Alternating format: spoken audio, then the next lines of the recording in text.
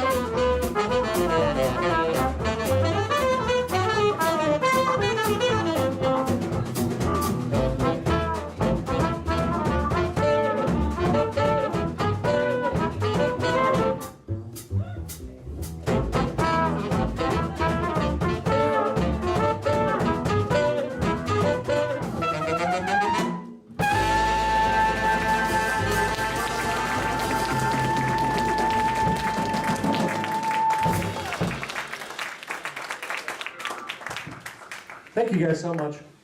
We are going to do another tune, maybe, and then we're going to bring our good friend Charles Luden up, who is a wonderful poet from town here. I think after the next one, Charles, what do you say? Yeah. Yeah. All right. Where's Charles?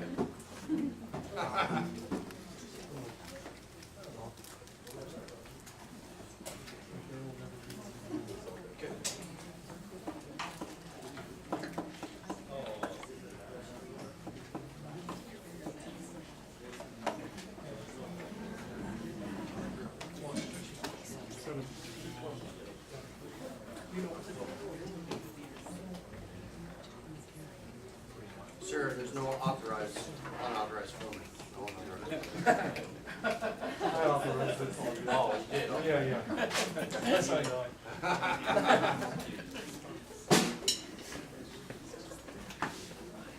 Just watch where we use it. Yeah, okay.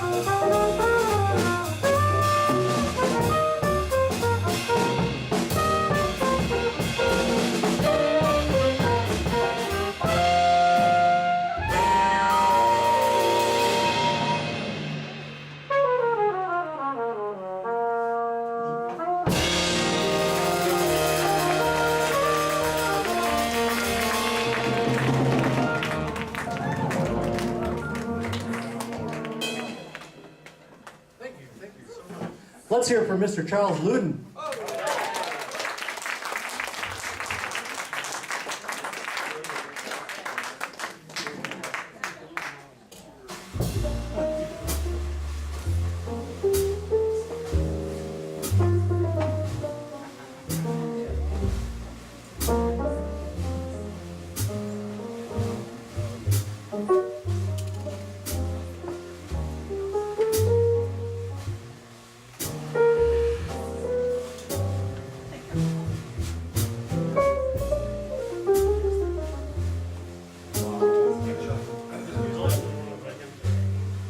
The wine's already got to me.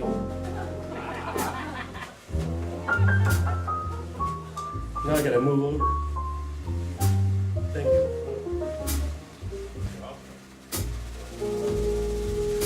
It's a tight show.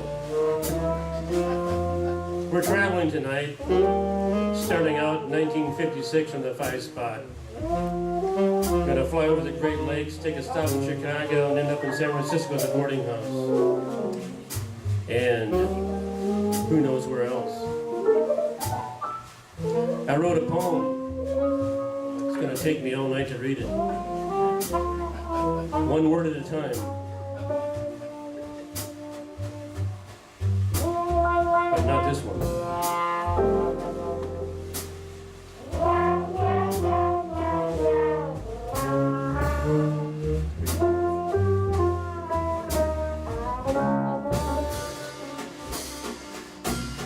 Yes.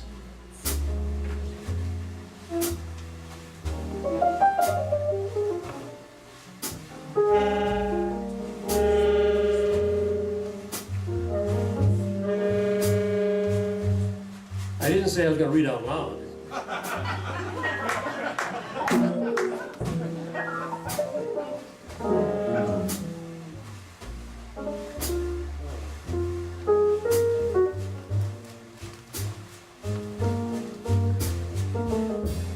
Years ago, I did a show right here. I think the first year it was open. I hosted an open mic here.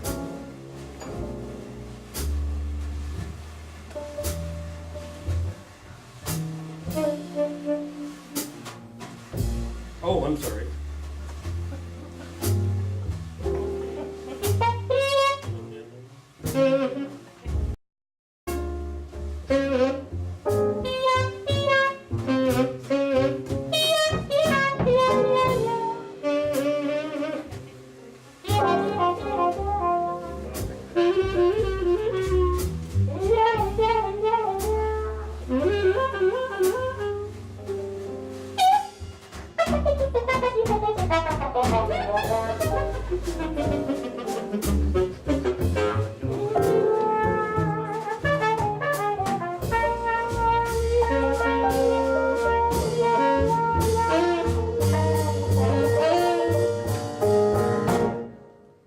Yeah.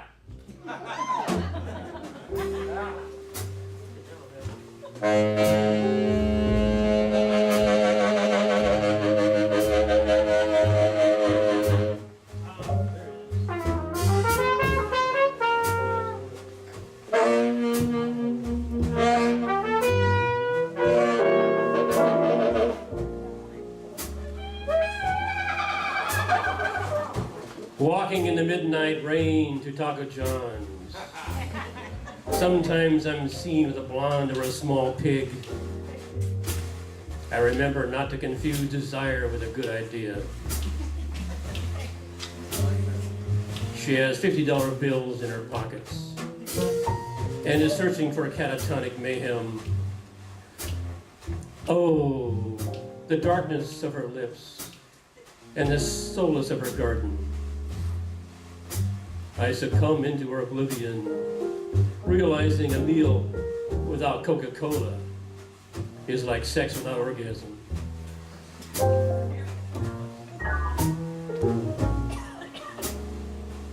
Perhaps she thought I was someone else. I was someone else. I'm glad I'm not suffering like Muhammad in the pit anymore. At that place where windows are confused with mirrors She said, you need to live a life of consolidation, begin to breathe. Throw off those psychological misconceptions. Don't be a wellstone of bleak anxiety. I said, I got a few bad habits, but I'm okay. Keep words in your heart and action on your mind.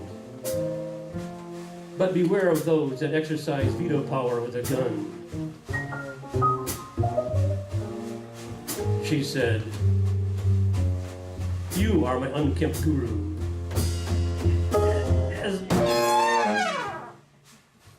As much as I like everything, you have nothing.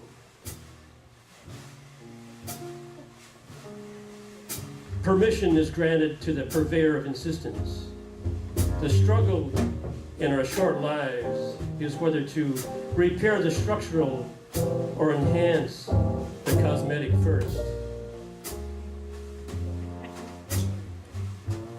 And here we are at the restaurant eating egg fart chow mein and latrine burgers. A philosophical discourse is coming, I'm sure. Through translucent flames in the fireplace, she murmurs, when dogs burp up fragments of delicacies, I get disturbed.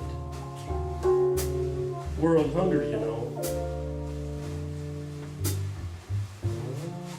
She bought a book of the movie, Frankenstein and Gauguin. I said,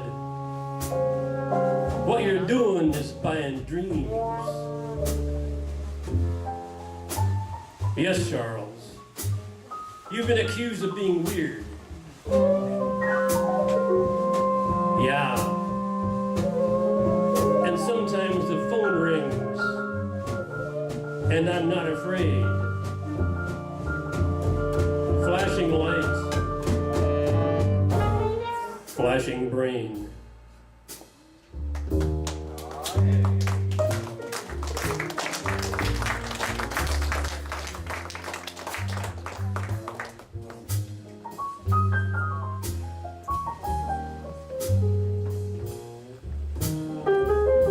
I wrote my first poem when I was a kid. I suppose I was in my 50s. No.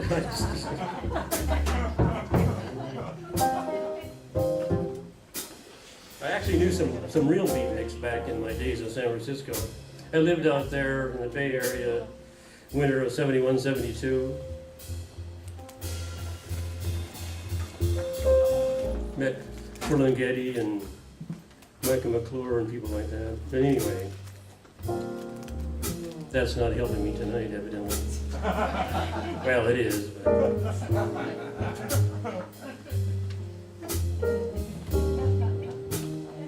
Wow, I shouldn't read this one. Oh, I guess you don't care what I read, do you? Gift ascending. The gray soft bra under charcoal velvet keeps the soft even more soft, which men must touch to gain a certain peace. The slippery hair falling on shoulders, brushing a face and fingers, gives reason to longing, to search, to become again. The panty line teases a finger to the mast cleft, a bandit to take and give, what dreams promise, what wars deny. A time in spring, loopy with honeysuckle, a song can't hear or sing along.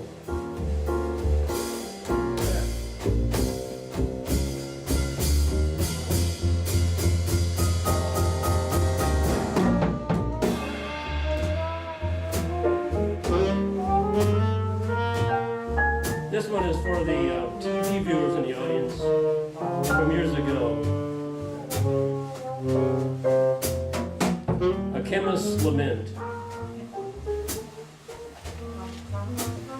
Between episodes of Gina Lee Nolan's Sheena and Jessica Alba's Dark Angel, I live my shallow life.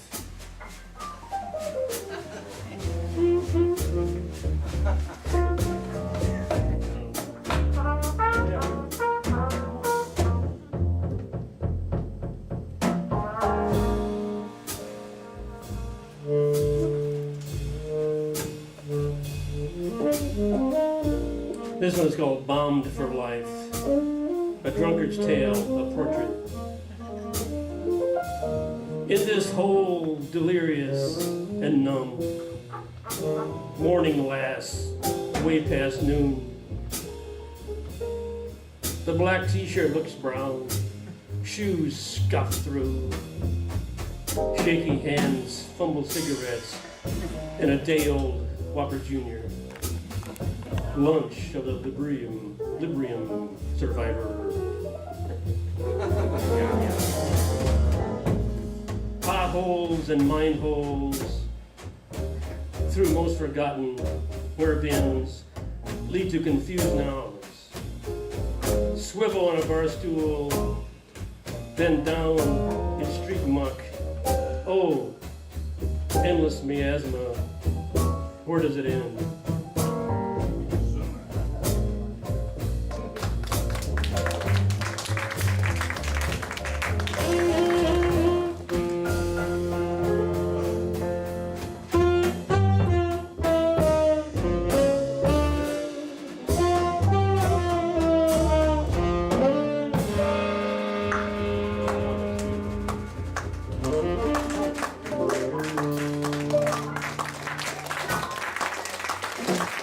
Thank you.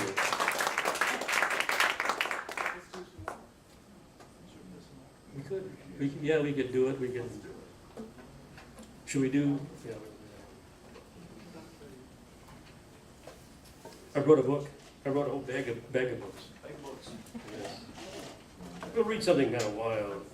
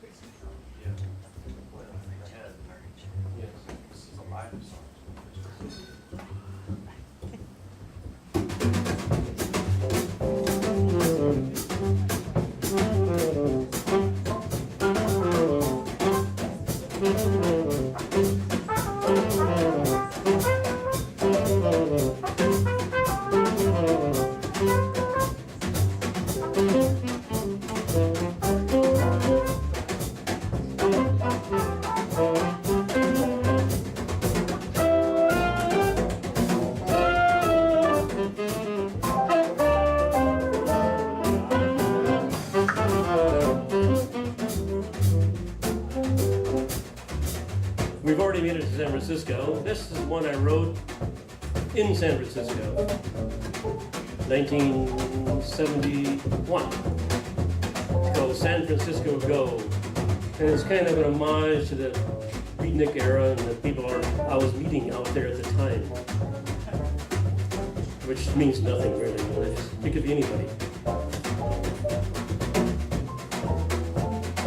Down Market Street, the limpers lush their way onward to the neon barrage, which will suck them in with its horrendous vacuum.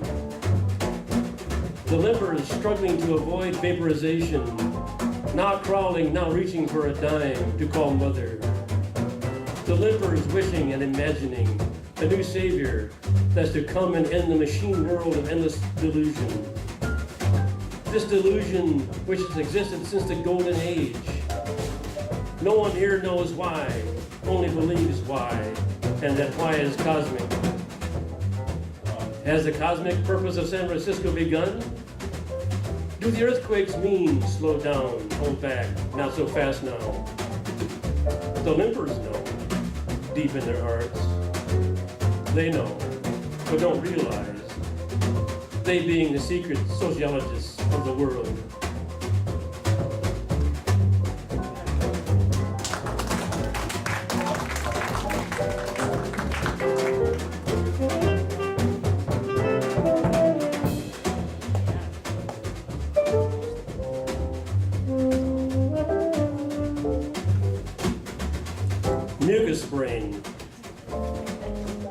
recital.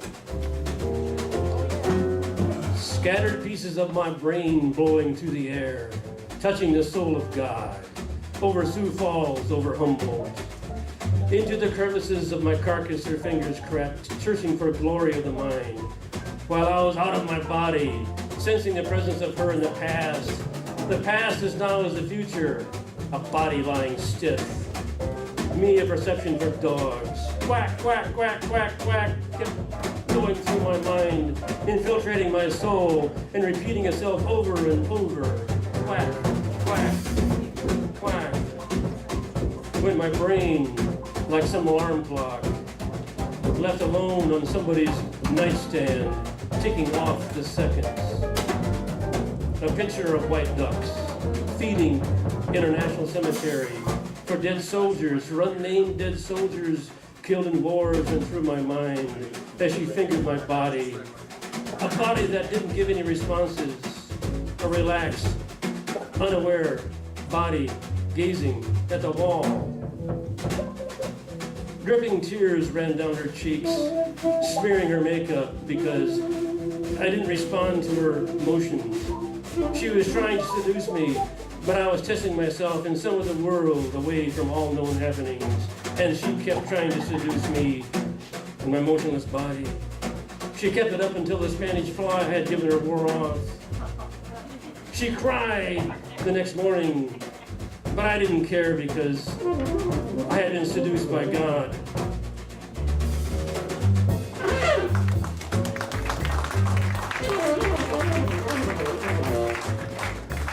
These are from my first book, Virgin Death, which came out in 1977.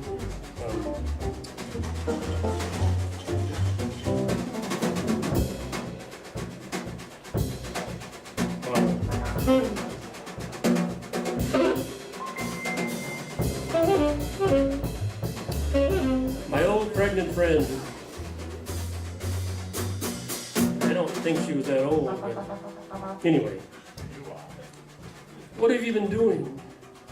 Carrying the spoils of love can be a burden to one like you. It will be over soon. I saw your mother the other day. She was happy in a way. All mothers want to be grandmothers sometimes. I just hope you feed the new one. You had trouble with your dog, you know.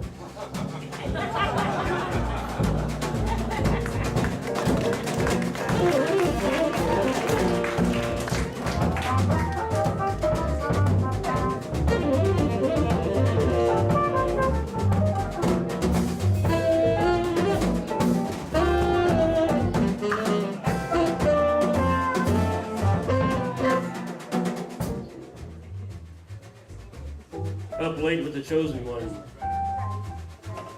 Really. You drank from the hose in the yard. Our loving made you that thirsty at 3 a.m. The moon made your face bright and ready for morning makeup. The neighbors slept through our noise. At least they didn't turn on their yard light. Near sunrise, you told me your next husband lives in Jamaica. I'm glad for the fresh morning. Sad you may leave.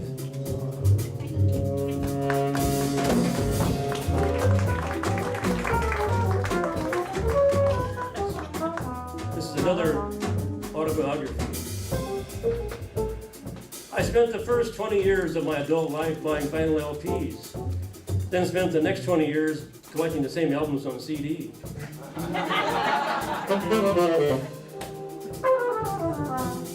I've got a lot of them. Some of them are still shrunk.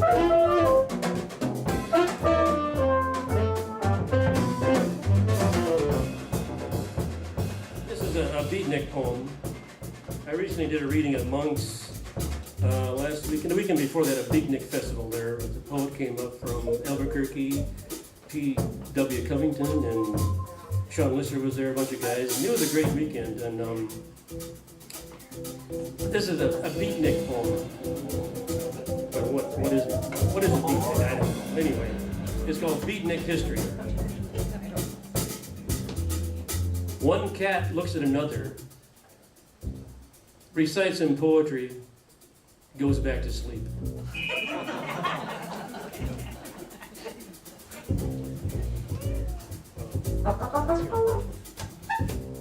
Happy. It's not who I saw, it's who I think I saw that makes my day.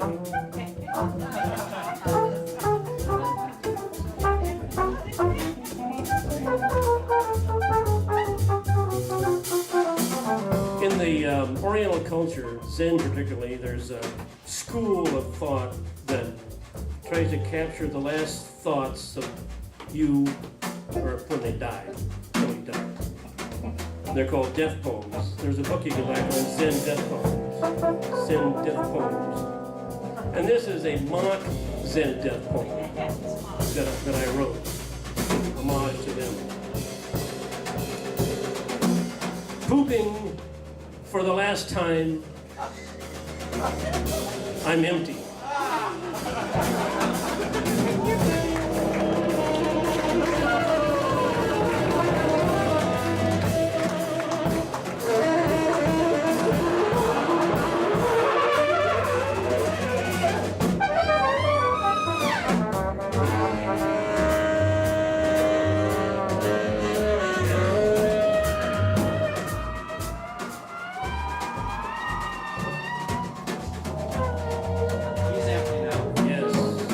Make it fly, gentlemen, make it fly.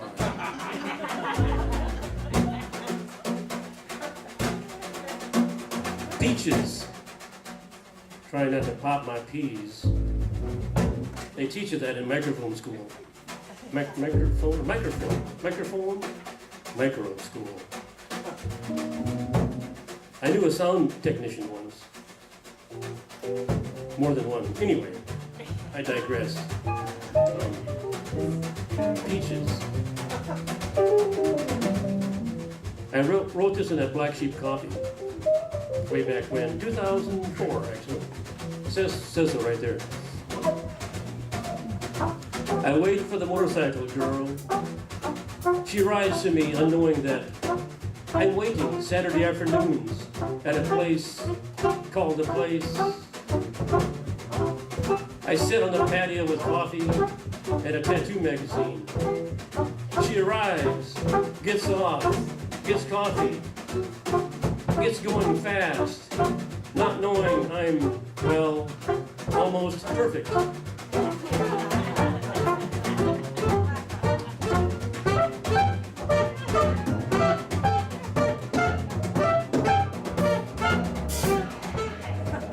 In my spare time, I read a lot of fashion magazines.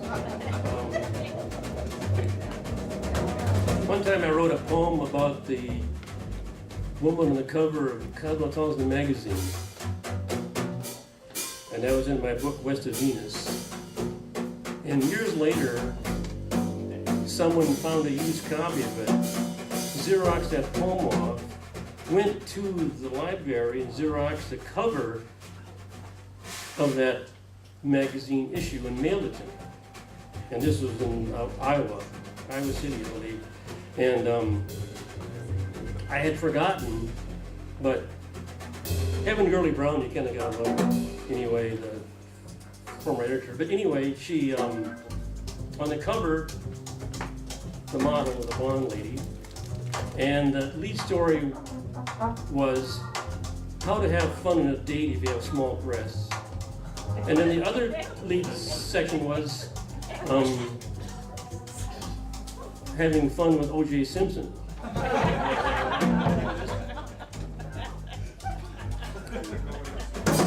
Yeah, maybe I should read that one.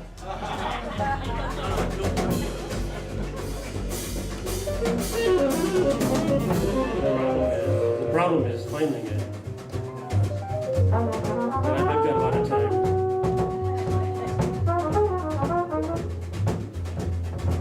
In this particular book, I didn't put an index, so I have no idea where stuff is.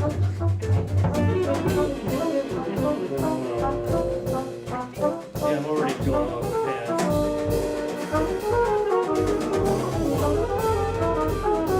Maybe we'll,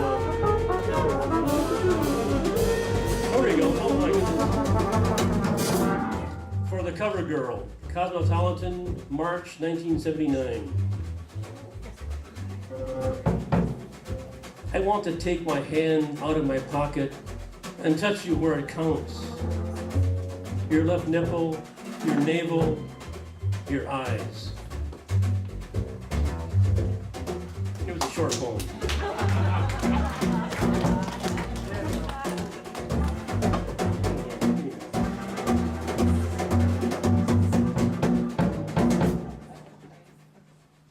Here's a South Dakota poem. It's called To the Beautiful Girl in the Blue Sweatshirt in Front of Wall Drug. I meet you quietly on the walk-in wall. We do not talk. You try not to smile. Your awkward hair reminds me of freedom. Your body pains me of it. It is April. We are young. But we are too locked in our minds to speak.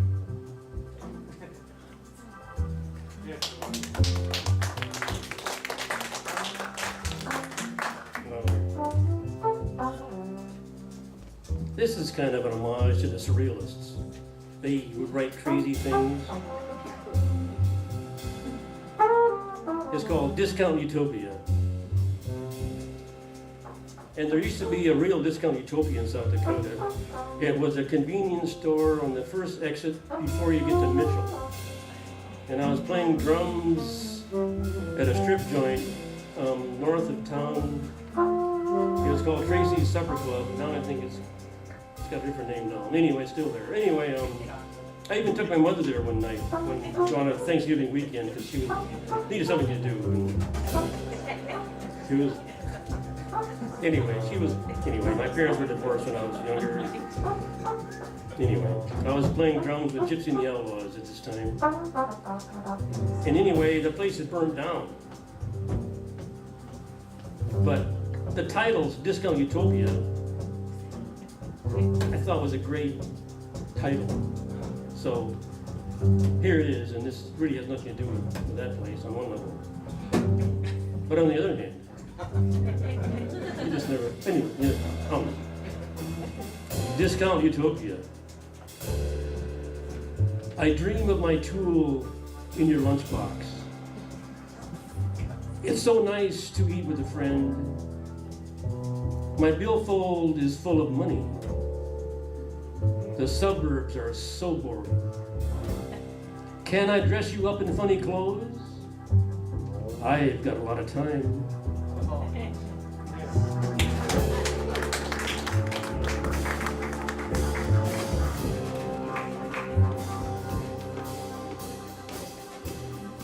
I at one time in my life, maybe still, I wanted to be a good love poem writer. And I wrote lots of love poems to real people, imaginary people, mental fixations, mental thoughts, mental whatever. But love poems are basically, for me, a love of life in the universe. And attaching a person's name to it, it could be anybody's name. This one is called Someone Called Naomi. The moonlight beams on your face, I see. The shadows there could be of love if we were alone.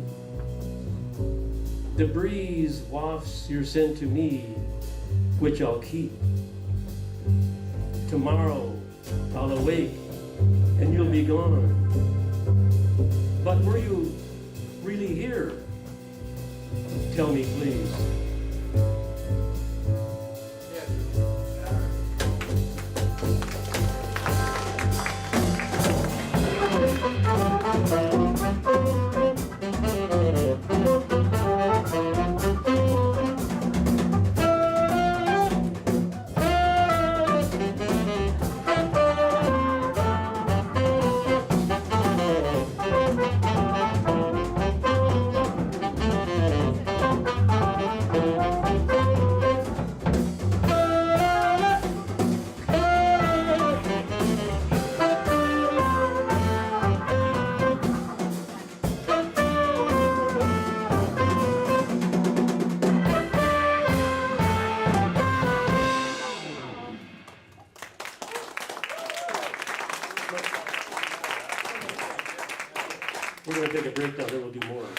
But I'm going to say this book I just read from was published in 4 different covers.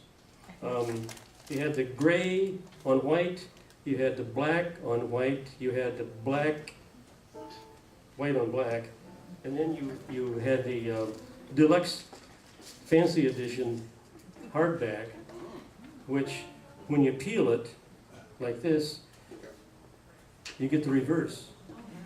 So yeah, cool. These are really rare. Actually, I've seen paperbacks of this for sale for $100 on eBay.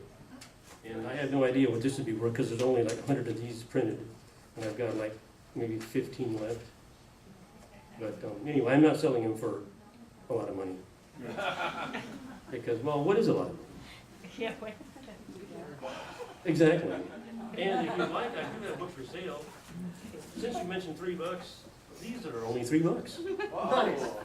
That kind of tells you how things have changed, because I would price my books that if I sold them at wholesale to bookstores, I'd basically break even. And this one was clocked in at $3. These paperbacks clocked in at these $5, and now the new books are $20. Wonderful. But it's all priceless, right? So. We shall return. Give it up for Charles.